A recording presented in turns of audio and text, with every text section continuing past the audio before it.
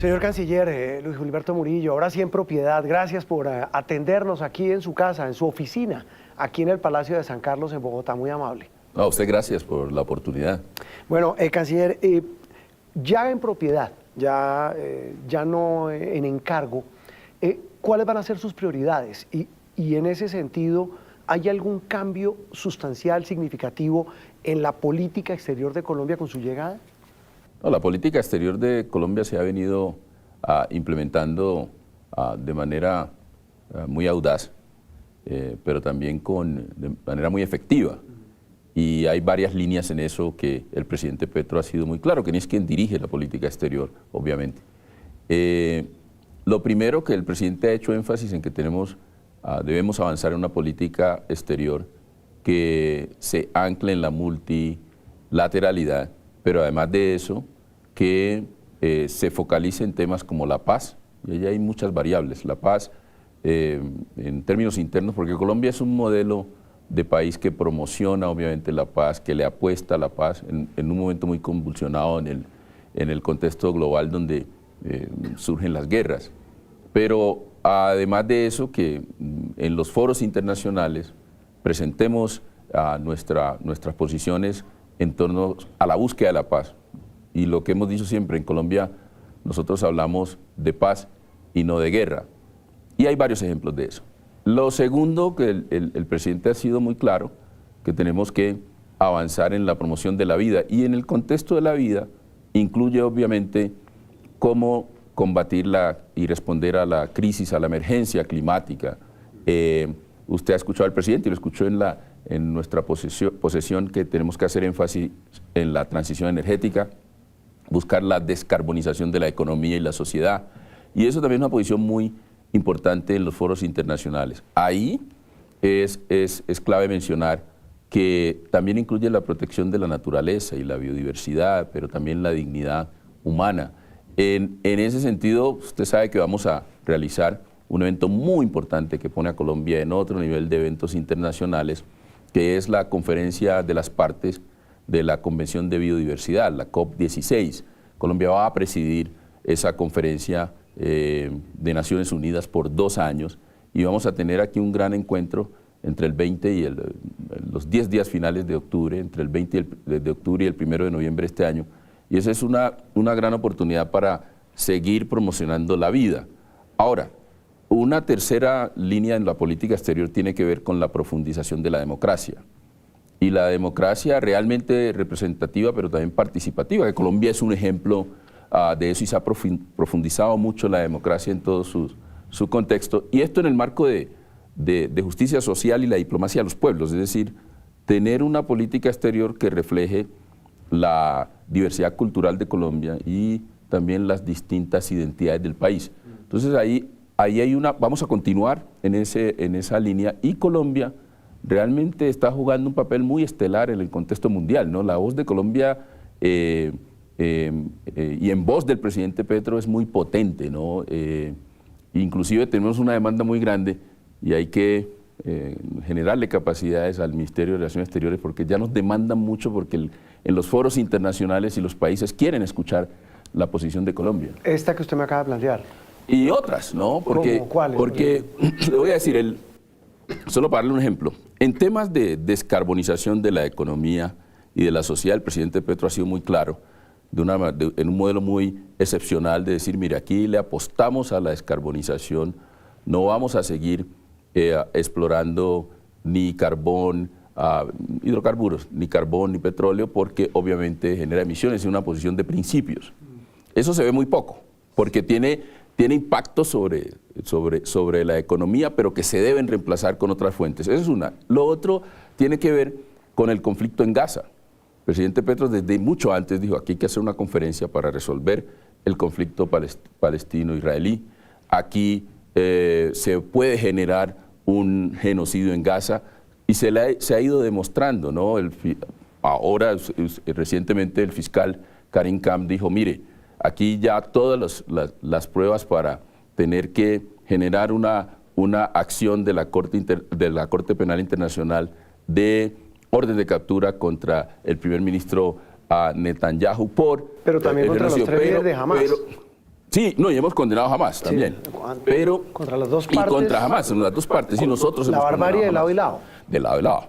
Ahora, igualmente, acaba la Corte Internacional de Justicia de aceptar las medidas cautelares de Sudáfrica, donde Colombia también mostró ejemplo. Colombia apoyó estas medidas de Sudáfrica y otros países empezaron a sumarse a eso. Colombia apoyó el estatus de muy temprano de que se le diera estatus de pleno derecho a Palestina en Naciones Unidas, y mire que ya más de 140 países votaron en favor. Entonces Colombia, en cierta manera, con esas posiciones ha ido mostrando caminos, y por eso lo están llamando a foros internacionales a que muestre sus posiciones en diferentes áreas. Yo le he dicho a mis colegas, a ministros y ministras, que tienen que ya agendar muchas apariciones internacionales, porque en todos los sectores vamos a tener que amplificar la voz del país. Sí, mire qué diferente es el panorama aquí en Colombia adentro, ¿no? De lo que usted nos plantea, canciller, y solo le pongo un ejemplo, el que usted dice del discurso colombiano, el discurso del presidente, de que hay que descarbonizar la economía, pero esta semana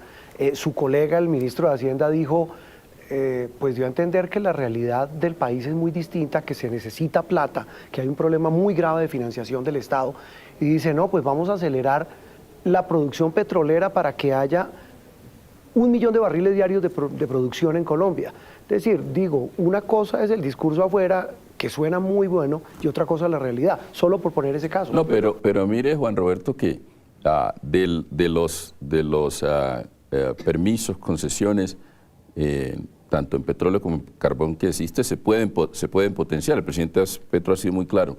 No vamos a dar nuevas concesiones y contratos, no vamos a dar nuevos, sobre todo en exploración y explotación. Ahí hay una discusión. Pero también lo que ha dicho es ahí hay unos recursos, y me imagino que eso es lo que plantea el ministro de Hacienda, que se pueden potenciar. Esa es una discusión que yo se las dejo a ellos, sí, pero que en el contexto internacional realmente esta posición excepcional de Colombia ha tenido mucho impacto. Pero digo, una cosa es adentro y otra afuera. Lo doméstico, lo interno, obviamente tiene implicaciones afuera y viceversa, en un contexto global. Hay mucho tema en la agenda, canciller, que le toca a usted enfrentar. Uno que usted menciona, la profundización de la democracia, la que parece no existir en Venezuela, que está próximo a realizar unas elecciones en medio de un régimen que no está dejando hacer campaña, que tiene acorralada a la oposición. Usted hace unos meses nos dijo en Noticias Caracol que creía que en Venezuela había un proceso de elecciones libres. ¿Usted todavía cree eso después de todo lo que hemos visto en estas semanas? Bueno, nosotros hemos invertido mucho y le hemos apostado a la relación con Venezuela, y lo he comentado bastante, y es que el país se equivocó en la ruptura de relaciones con un vecino como Venezuela, porque las soluciones para los problemas de Venezuela las tienen que definir los venezolanos y venezolanas, y obviamente eso tuvo un impacto, la ruptura de esas relaciones, muy negativo en términos de seguridad, en términos políticos, en términos humanitarios, con el incremento de la migración, en términos económicos y financieros. Acaba el Congreso y con un liderazgo muy importante del ministro Germán Umaña de aprobar obviamente el acuerdo de inversiones con Venezuela. Yo creo que eso es un mecanismo importante. Ahora bien, en el caso de los procesos que están dando Venezuela, tanto el gobierno como la oposición suscribieron un acuerdo, que fue el Acuerdo de México, que avanzó bastante con unos puntos que incluían varios aspectos de las soluciones a Venezuela, y con el apoyo de Noruega y otros países. Y allí se plantean aspectos políticos, democráticos, aspectos humanitarios, aspectos de garantías. Eso evolucionó hacia el Acuerdo de Barbados. Colombia ha jugado un papel muy proactivo y constructivo en ese proceso. Y eso llevó a que en ese Acuerdo de Barbados se plantearan elecciones, se plantearan participación de la oposición. Esos mecanismos nunca son perfectos. Y nosotros respetamos eso, porque muchas democracias en el mundo pues no son perfectas y avanzan. Una cosa es que no sean perfectos, y otra es que pase lo que está pasando. No dejaron inscribir a María Corina Machado, frenaron a la señora que ella había planteado, tienen al otro candidato acorralado. Por ejemplo, ya están hablando de que a lo mejor no hacen elecciones. Ustedes no más allá, porque mire que nosotros tenemos, y lo hemos dicho, tenemos diálogo muy fluido y permanente obviamente tenemos relaciones con el gobierno de Venezuela, pero también tenemos diálogos y hemos escuchado mucho a todas las oposiciones, porque se puede decir así en Venezuela, y hemos escuchado el apoyo de todas las oposiciones a los candidatos y candidatas que tienen ahí. Y eso es algo que nosotros hemos sido muy cuidadosos y hemos respetado la autonomía y la soberanía de Venezuela en esos temas, y lo que les deseamos es lo mejor en ese proceso, que entre mejor se avance y haya reconciliación en Venezuela, mejor para nosotros, porque afecta a Colombia. Mire usted que, y no es un tema confidencial, que tanto el presidente Petro ha liderado unas ideas que las ha puesto sobre la mesa de cómo avanzar en la reconciliación, que él ha llamado la paz política en Venezuela. El presidente Petro ha hablado obviamente de que eso incide sobre la paz en Colombia, y esas ideas que él ha puesto sobre la mesa han tenido mucho apoyo, sobre todo en la última visita del presidente Lula, manifestó su apoyo a ese tipo de conversación, y quedó claro, ambos líderes le plantearon que ellos están aquí y están contribuyendo a soluciones, pues no solamente en Venezuela, sino en el resto de América Latina, como mayores que son obviamente en la región, y eso tiene que ver en el contexto de donde se nos solicite, ¿no? Entonces nosotros somos muy respetuosos de no realmente tener Pero mire que injerencia en eso. Diosdado Cabello le estuvo cascando a usted, perdóneme la expresión, hace unos días. Dijo, ese canciller Murillo es un cachorro del imperio. Incluso me acordé... ¿Y usted cree que aquí en Colombia no hay comentaristas que me han cascado con similares caracterizaciones? Sí, pero es que estamos hablando del hombre fuerte de Venezuela, y usted me dice, por lo que usted habló de transición, sí, lo que le quiero decir es que el tema es complejo, el tema es difícil, porque ellos no aceptan nada. No, es complejo. Les dicen, oiga, hagan una transición, hablo del régimen de Maduro, y mire cómo reaccionan. El tema es complejo, pero no solamente es complejo en Venezuela, o sea, nosotros estamos viviendo en un mundo complejo, que está en profundas transformaciones, sobre todo en las últimas 2-3 décadas. Y todos se están acoplando, y tienen que ser en un marco de principios. Ahora bien, nosotros tenemos, yo lo he dicho públicamente, nosotros realmente no estamos poniendo, y particularmente no le estoy poniendo atención a lo que dicen los diputados y miembros del Congreso, porque tenemos una relación formal con el gobierno de Venezuela. Sucede también con otros países, ¿no? Por no mencionar ninguno, para no singularizar, pero con otros países donde hay diputados y hay integrantes del Congreso que dicen cosas, pero la relación nuestra con los ejecutivos, con los gobiernos, son relaciones muy buenas. Ya vamos a hablar de Estados Unidos porque sé para dónde va. Canciller, sobre el tema Venezuela, migrantes, migración. Acaba de ganar en Panamá un presidente que dice, voy a cerrar el Darién. ¿Qué hace Colombia si el presidente de Panamá cierra el Darién? Cierra el tapón del Darién por donde está saliendo la gran mayoría de migrantes venezolanos y de otros países. Bueno, eso es un escenario hipotético. Usted sabe que para nosotros es fundamental responder a una migración que sea segura, pero que sea ordenada. Él dijo, voy a cerrar el Darién. Eso es hipotético, pero que no ha sucedido, pero que sea ordenada. Y mire usted el esfuerzo que ha hecho Colombia. Colombia se especializó en dar acogida a los migrantes. Tenemos cerca de... ¿Cuántos hay? ¿Cuántos venezolanos hay? Entre 2.3 millones de venezolanos tenemos aquí, y vamos a regularizar 600.000 migrantes más que se encuentran en el territorio colombiano. Y eso tiene un costo, pero también la migración en el mediano y largo plazo tiene impactos muy positivos en el país, no solamente en lo económico, sino en lo social.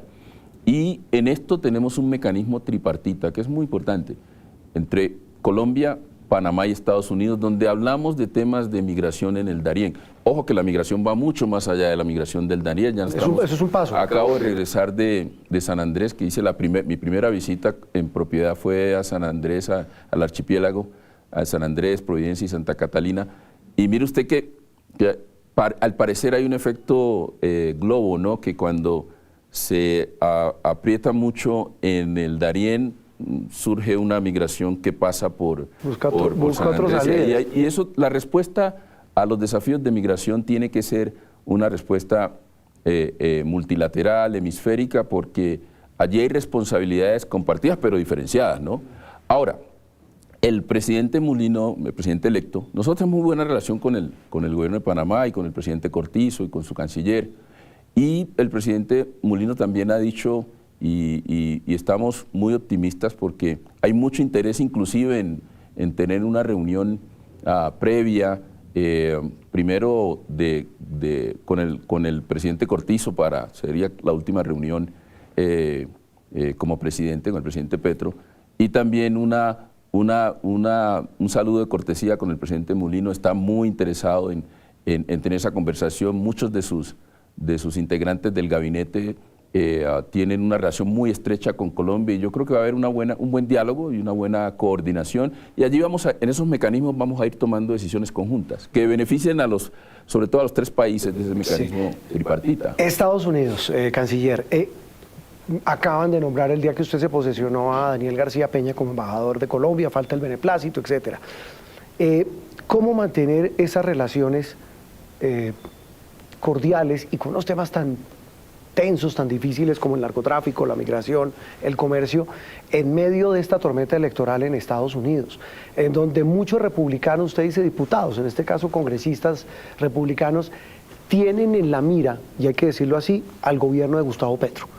Hace poco hubo un debate, una congresista diciéndole al secretario Blinken que qué pasaba si el presidente Petro hacía lo mismo que Chávez, que convocaba a una constituyente para perpetuarse en el poder.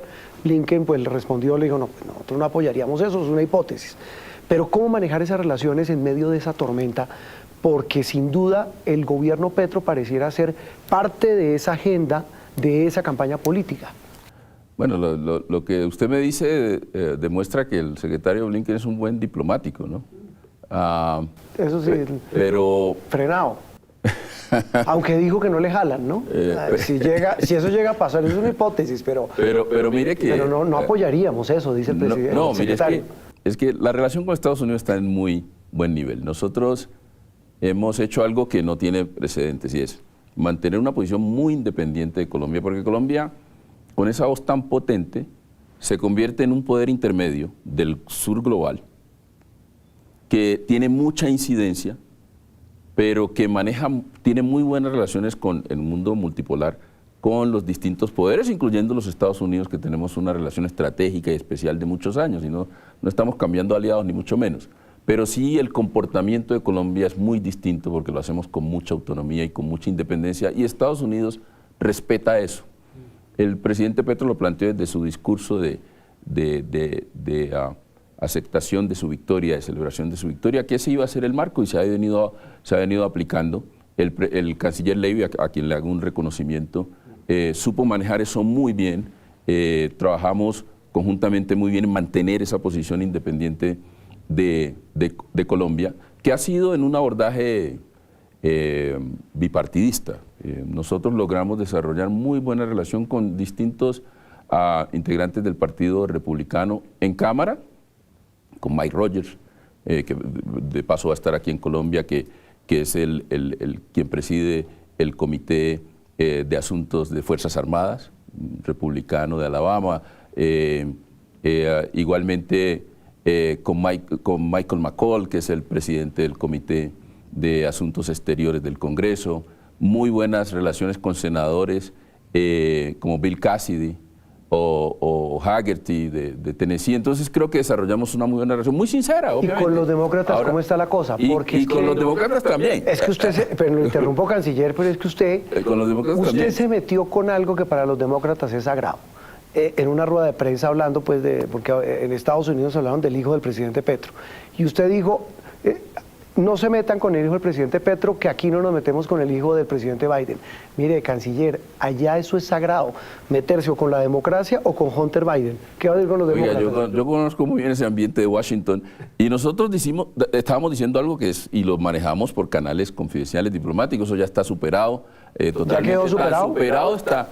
Que nosotros la próxima semana, Juan Roberto, el martes, ya vamos a tener el segundo diálogo de alto nivel entre Colombia y los Estados Unidos, que va a tener lugar en Bogotá. El primero lo hicimos, recuerda usted, en Washington el año pasado. Y tenemos más de 100 compromisos de los distintos sectores, porque es una relación muy diversa. Alguien me dijo, oiga, pero ¿cuáles serán los compromisos que hizo el gobierno del presidente Gustavo Petro y la Cancillería y la Embajada? Ya no, pues son compromisos normales de lo que hacemos. Le voy a dar un ejemplo.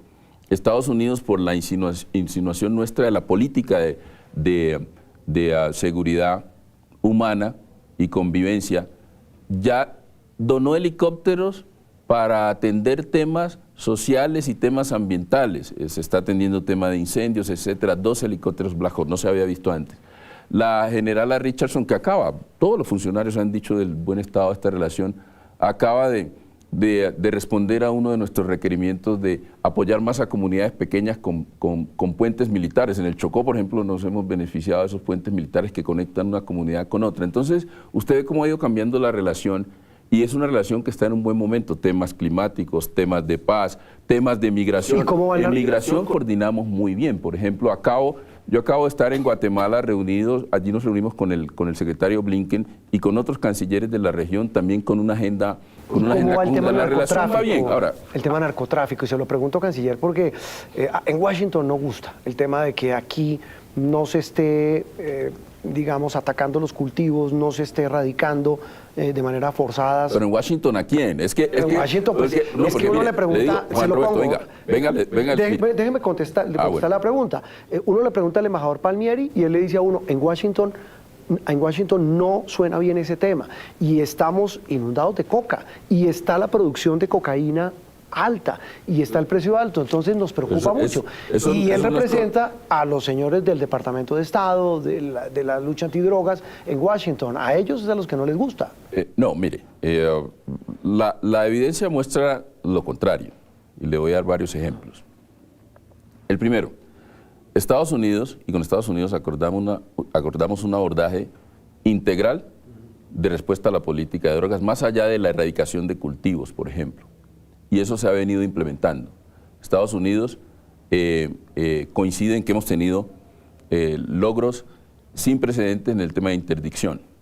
Aquí se esperaba, y lo habían dicho muchos también en Washington, que los cultivos de coca iban a llegar a las 300.000 hectáreas. No sucedió así, al contrario, se desaceleró. Y mire usted que eso ha llevado... ¿Hay menos coca? Eso ha llevado a que no tienen salida. Usted lo ha visto en los informes, inclusive en los informes del noticiero Caracol, donde usted ve que en muchas zonas las mismas comunidades están dejando de cultivar coca o están dejando de procesar algunas redes criminales porque no tienen salida. Entonces, ahí hay unos indicadores muy importantes. El otro que le voy a mencionar, Estados Unidos nos apoyó y hace parte de la coalición que creó Colombia de más de 60 países, que la creamos en Viena, en el Consejo de Estupefacientes, para poder proponer cambios sustanciales a la política de control fiscal de drogas en el contexto de Naciones Unidas. En el contexto de la OEA vamos a proponer Colombia una resolución similar, y tenemos el apoyo de Estados Unidos en eso. En los temas de criminalización, usted ha visto cómo la administración Biden se ha movido más a descriminalizar, por ejemplo, en temas de marihuana. Ahí hay avances y coincidimos en eso, porque lo que todos tenemos claro, hace poco se dijo, lo que todos tenemos claro es que la política de control de drogas, como se venía implementando, no funcionó. En el caso de erradicación, que no debe ser el único indicador, allí lo que se está planteando, no podemos criminalizar comunidades, pero hay ejemplos en el mundo donde en el largo plazo, si hay inversión en esas regiones, si hay desarrollo en esas regiones, las comunidades dejan de sembrar coca. El caso de Tailandia es un caso que se ha estudiado aquí, es un caso que puede ser aplicable. Lo interrumpe, mire lo que pasa en el Cauca. Cauca está hecho un infierno. Pero las razones son y ese por el negocio de la coca. No es coca. Claro, canciller. Hace parte, pero no es el único factor. Mire, Juan Roberto. Pero puede ser el principal, es el combustible de esa guerra. Mire esto. Usted aquí ya tiene redes multicrimen que se dedican, obviamente, a extracción ilícita y antitécnica de minerales, sobre todo oro. Se dedican a extorsión, se dedican a participación en la trata de personas, se dedican a la deforestación, ilegal, claro. Se dedican al comercio de especies de manera ilegal. O sea, ya esto hay que responder también de manera integral. Nosotros tuvimos una conversación hace poco con la administradora de la DEA, que estuvo visitándonos en Colombia, que es otra. Nosotros tenemos visitantes y funcionarios de alto nivel de los Estados Unidos casi todas las semanas aquí. Y tenemos funcionarios colombianos casi todas las semanas en Estados Unidos. La relación es muy cercana. Y en eso planteábamos con la necesidad de responder también de manera integral a estas redes multicrimen que ya tienen un contexto regional y global, y lo estamos haciendo. Ahora, hay que adicionar a eso el énfasis que ha pedido Colombia en que trabajemos mucho más en todo lo que tiene que ver con los circuitos financieros, lavado de activos, etcétera, porque ahí hay que hacer mucho más para poder realmente golpear a los dueños del negocio. Sí, canciller, otro tema, los pasaportes. ¿Usted es consciente de que a usted ahora ya como canciller en propiedad le va a tocar enfrentar el litigio? Esta semana hubo una audiencia en la Procuraduría, el tema ya va en juicio disciplinario, pero más allá de eso hay una demanda. ¿Usted es consciente de que ahora como canciller le va a tocar enfrentar eso que su antecesor dijo? Si fallan, que me notifiquen en la tumba, pero al que van a notificar es a usted. Si hay un fallo contra Colombia y una multa contra Colombia por el incumplimiento de ese contrato. Bueno, desde el primer día en el encargo de estos 3 meses, nosotros hicimos un trabajo muy juicioso de revisar ese proceso, de conocerlo bien, estudiarlo, y llegamos a la conclusión, y teniendo en cuenta los criterios del gobierno, ¿no? Que se proteja la información de los colombianos y colombianas, que haya mayor participación pública, que haya una especie de pluralidad de los oferentes, si se dieran este tipo de concursos. Y después de estudiarlo muy bien y mirar experiencias en el exterior, llegamos a la conclusión de que en primer lugar necesitamos varias fases para poder estabilizar el proceso de nueva contratación o nuevo esquema para producir los pasaportes. Hay que ser claros que no ha estado nunca en riesgo la expedición, la producción y expedición de los pasaportes. Tenemos un contrato que va hasta el 2 de octubre con Thomas Gregg & Sons y ese contrato, y eso va bien. Lo que sí hicimos varias fases. Una primera, obviamente de transición y otra de consolidación. Esta primera de ajuste, llegamos a primero garantizar que sí teníamos la producción de pasaportes hasta el 2 de octubre. La segunda de transición, de tener un nuevo esquema. Y la tercera de consolidación, para que a partir del mes de junio del año entrante ya se consolide un nuevo modelo. En la de transición nosotros vamos a tener un modelo, ese sistema tiene 9 procesos, 9 etapas, todas prácticamente en manos de los privados. Lo que vamos a hacer es un esquema donde tengamos un socio privado, pero también un aliado estratégico de un gobierno, un aliado público internacional, que sería un gobierno. En ese ¿Qué gobierno han pensado? Bueno, nosotros solicitamos, propuestas, interés de varios países. Nos respondieron, obviamente, Portugal, Francia, Austria, Canadá, que también nos hizo algunas ofertas, o al menos manifestación de interés.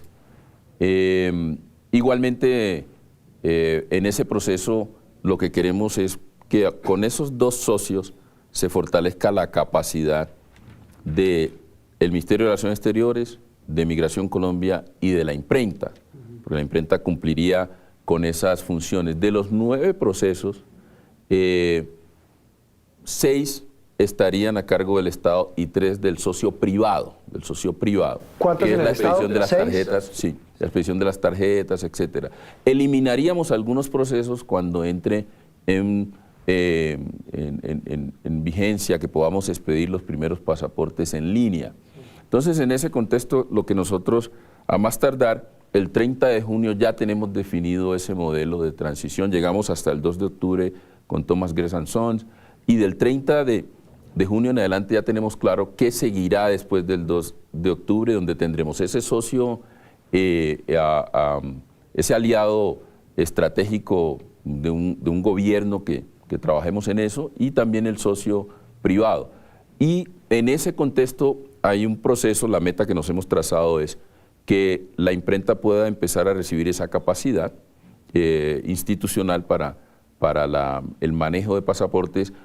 La expedición de las tarjetas en el modelo siempre estará a cargo de un socio privado, pero sí aspiramos a que en un unos 5 años la imprenta pueda contar con las plantas y toda la infraestructura para producir esas tarjetas y con la asistencia del socio privado. Ese modelo lo hemos estudiado muy bien y muy juiciosamente desde lo jurídico y desde lo técnico y desde lo financiero. Y desde lo práctico, canciller, ¿qué garantiza que no haya traumatismos en la elaboración de los pasaportes cuando se cumplan esos plazos, canciller? Después de ver que el experimento, se lo pongo solo por un ejemplo, el modelo de atención de salud a los maestros, se cambió el modelo, se le dio a una entidad distinta de lo que venía y mire el desastre en que terminó. ¿Qué garantiza que no pase lo mismo con la elaboración de pasaportes? Bueno, yo no tengo la misma lectura de lo que usted acaba de decir, pero volviendo a los pasaportes... No, pues es que ahí solo hay una lectura, eso es un desastre. No estamos de acuerdo. Pero volviendo a los pasaportes, nosotros tenemos planificado lo siguiente. A 30 de junio tenemos que tener ese nuevo esquema. ¿De este año? De este año. Tenemos que tomarnos 8 meses, donde vamos a tener la fase de transición, y después de los 8 meses ya el esquema consolidado. Eso va a evitar cualquier traumatismo en la expedición de los pasaportes. Y lo tenemos muy bien diseñado, y allí va a jugar, y está jugando, tiene que jugar un papel muy importante, nuestro aliado socio internacional, que sería un gobierno, porque precisamente lo que queremos es aprovechar la experiencia. ¿Pero ese aliado es un negocio? Es decir, ¿ellos van a recibir algo a cambio? ¿Ese aliado internacional? Claro. No, nosotros lo que queremos es que haya un componente muy grande de cooperación internacional. Como de asesoría. De asesoría y cooperación. Okay. Sí, eso es distinto. Canciller, la carrera diplomática. Hay 2 viceministerios en esta Cancillería. Sí es. Y usted me corregirá que por tradición, al menos uno de esos 2 siempre ha sido toda la vida de carrera diplomática. En este gobierno, por primera vez, los 2 vicecancilleres no son de carrera diplomática. ¿Eso qué implicación tiene, qué explicación tiene? Yo le doy la respuesta que cuando me hacen esa pregunta yo la doy internamente. Ahora la puede hacer tradición, externamente. Por tradición o no se había hecho. A veces me dicen, no, es que esto nunca antes se había hecho. No, pero jurídicamente se puede. No, sí se puede. Entonces, ¿por qué no procedemos? Le voy a dar 2 ejemplos. Por tradición, una indígena no había liderado Naciones Unidas. Por tradición, nunca alguien del pueblo Huitoto había sido director de la Academia Diplomática. Por tradición, yo no estaría sentado aquí. Entonces, por tradición, vamos a tener 2 viceministros. Una cosa es la representación étnica y social, y otra es la carrera diplomática. Eso es tradición. No. Entonces, por tradición, eso se llama carrera. Un viceministro de carrera y un viceministro político. Voy a cambiar eso. Vamos a tener los 2 viceministros van a venir, obviamente, aquí tenemos que hacer transformaciones profundas. Si no, yo no estaría aquí. En detrimento de quienes han estado en carrera. No en detrimento de nadie. Es en enriquecimiento de la carrera diplomática de este país. Le voy a dar una cifra. El 53% de los funcionarios de carrera diplomática son de Bogotá. Y yo no tengo nada en contra de eso, al contrario, tienen que reflejar la nacionalidad. Pero yo quisiera que los chocuanos y chocuanas que crecieron conmigo o que crecen en ese pueblito que se llama Andagoya, que tenemos 3.000 habitantes rodeados de selva, tengan la oportunidad de soñar de ser diplomáticos de carrera. De más de 500 diplomáticos de carrera, 12 son afrodescendientes. Le estoy dando estos ejemplos porque es importante ponerlo en contexto. Entonces, eso hay que transformarlo. Ahora, usted se refiere exactamente a los viceministros a las viceministras y viceministros que vienen del sector político. Pero en el esquema, lo que vamos a fortalecer es la jefatura de gabinete.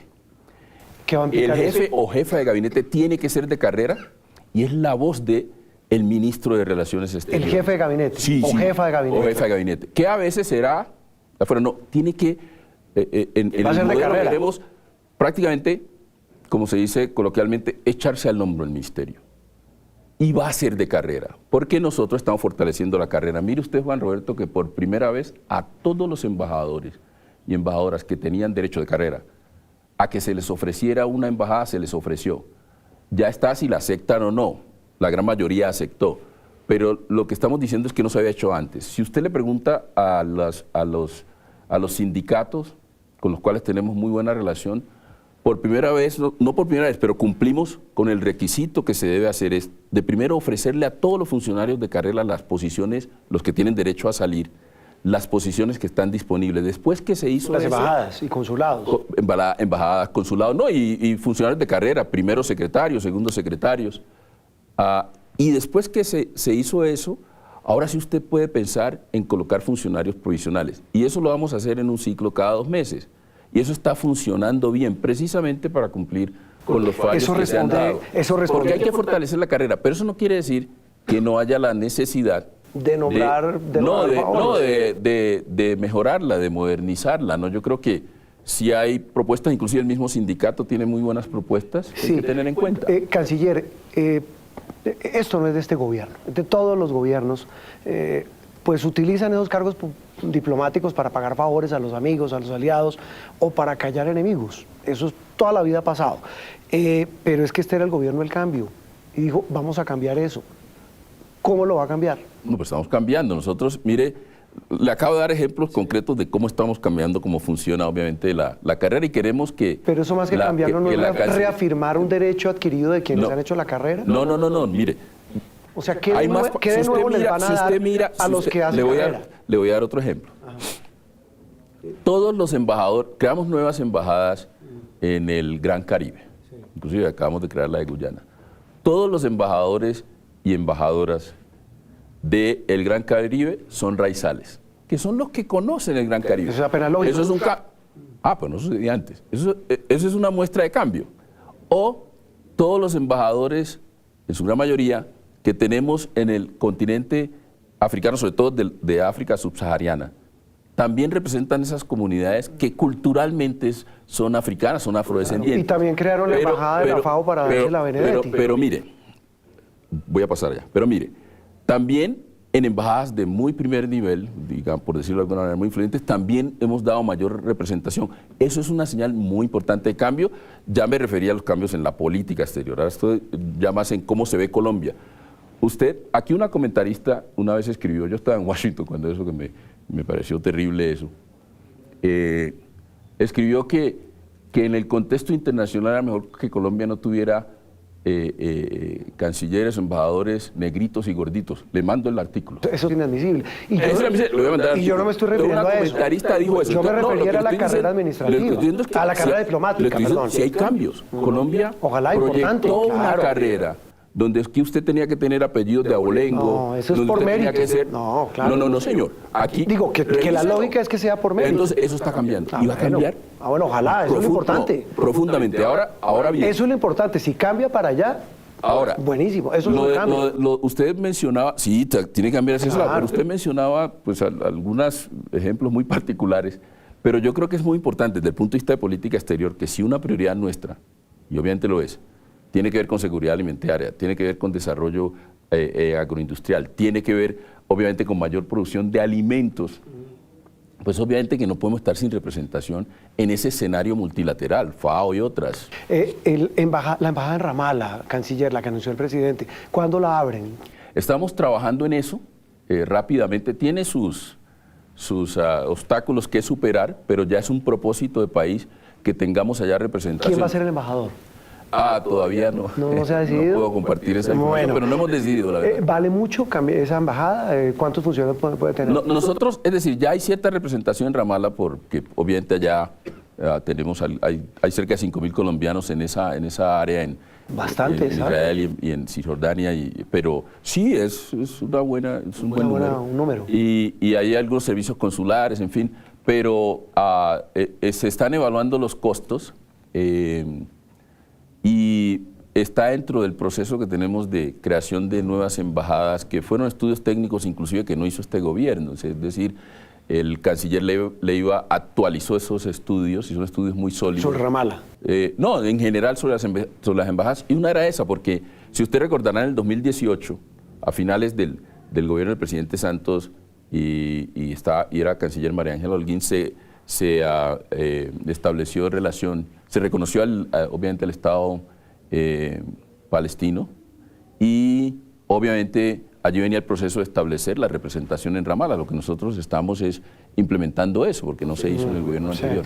Ok, canciller, dos preguntas finales. Hablábamos usted y yo antes de empezar la entrevista, aterrados de este estado de crispación de la sociedad moderna. Mire lo que está pasando en España, mire lo que está pasando en Estados Unidos en elecciones, y mire lo que está pasando acá, que tampoco es nuevo. O sea, sería tonto pensar y decir, no, pues es que este estado de crispación, de polarización, ¿qué tanto golpea la imagen del país ahora que usted tiene que manejarla en el exterior? Todo lo que está pasando en Colombia, estos dimes y diretes, estos ataques, repito, que no son nuevos, y es esa dinámica entre el poder y una oposición, entre columnistas, entre opinadores, entre actores políticos, entre congresistas, pero todo eso revuelto, pues yo no sé afuera cómo se ve y cómo cree usted que eso puede llegar a hacer ruido a la imagen de Colombia en el exterior.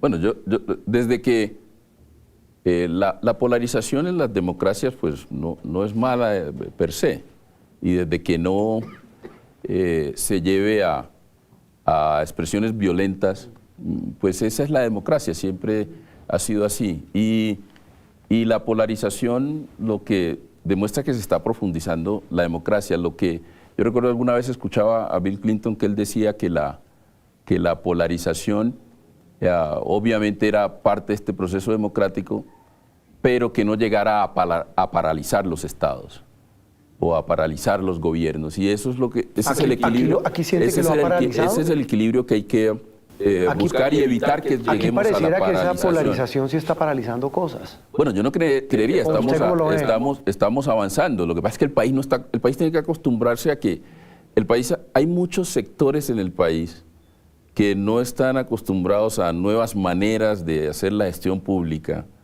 a nuevos discursos, porque este es el primer gobierno que está liderado por una persona de izquierda. Entonces, eso genera también una reacción, porque hay mucha gente en Colombia, y usted lo sabe, Juan Roberto, que no quiere cambio, la verdad es esa. Y también es una dinámica. Canciller, sí. Así como lo que le pregunto de la polarización, ¿qué tanto puede golpear la imagen del país el ruido que hay en torno a escándalos de corrupción que golpean a ministros, al presidente del Senado, al presidente de la Cámara, por supuesto, sin pruebas, pero es un escándalo que golpea? Bueno, lo que hablábamos de la polarización, obviamente en el mundo entiende que eso pasa en las democracias, entonces yo incluyendo los escándalos de corrupción. No golpean la imagen del país negativamente, al contrario, muestra que hay una democracia dinámica. Ahora, en lo que tiene que ver contrapesos. En lo que tiene que ver con los escándalos de corrupción, obviamente estos son temas que tienen que definirse en los mecanismos que tiene la democracia para eso. Los jueces, los fiscales harán investigaciones. Lo que se pide es que sean buenas investigaciones. Mire, yo sufrí mucho porque me hicieron una mala investigación permeada por criterios políticos y resulta que yo terminé con una condena injusta que me pasé 20 años para poder demostrar mi inocencia. Entonces, lo que sí, pues uno invita es a que se hagan buenas investigaciones y que los jueces fallen bien. Y que la justicia actúe, que es lo más importante. Canciller, y no teme que todos estos escándalos, todo ese ambiente de crispación, ya usted estaba en Washington usted estaba feliz de embajador de Colombia en Washington, esa es la joya de la corona de la diplomacia. ¿No teme que todos estos escándalos, ya que usted aquí adentro, no golpee, entre otras, sus aspiraciones presidenciales? Yo no tengo aspiraciones presidenciales. ¿Tiene? No, yo estoy muy concentrado. ¿Seguro? Es que imagínese, Juan Roberto, usted llega aquí, usted mismo ha mencionado... ¿Me lo jura? Aquí hay una cantidad de papas calientes, acá usted tiene una cantidad de chicharrones. Usted que yo tengo tiempo para estar pensando en escenarios hipotéticos. Pero eso es una cosa. Yo estoy concentrado en hacer un buen trabajo en la Cancillería, que no es menor. No, que no es menor. Y es un cargo ¿Usted clave. ha visto que los funcionarios públicos pueden participar en política? Pues no. Yo no estoy diciendo eso. Estoy diciendo, usted no tiene aspiraciones presidenciales. No pueden participar en política. No como canciller, pero digo... No, es que yo estoy aquí en la Cancillería. Pero no tiene aspiraciones. No haga esos escenarios hipotéticos. Canciller, de verdad un gusto. Hicimos un repaso general de una cantidad de temas, de una agenda gruesa, compleja y que está en manos suyas. Esperamos de verdad que le vaya muy bien. Muchas gracias. A usted muchas gracias. Muy amable.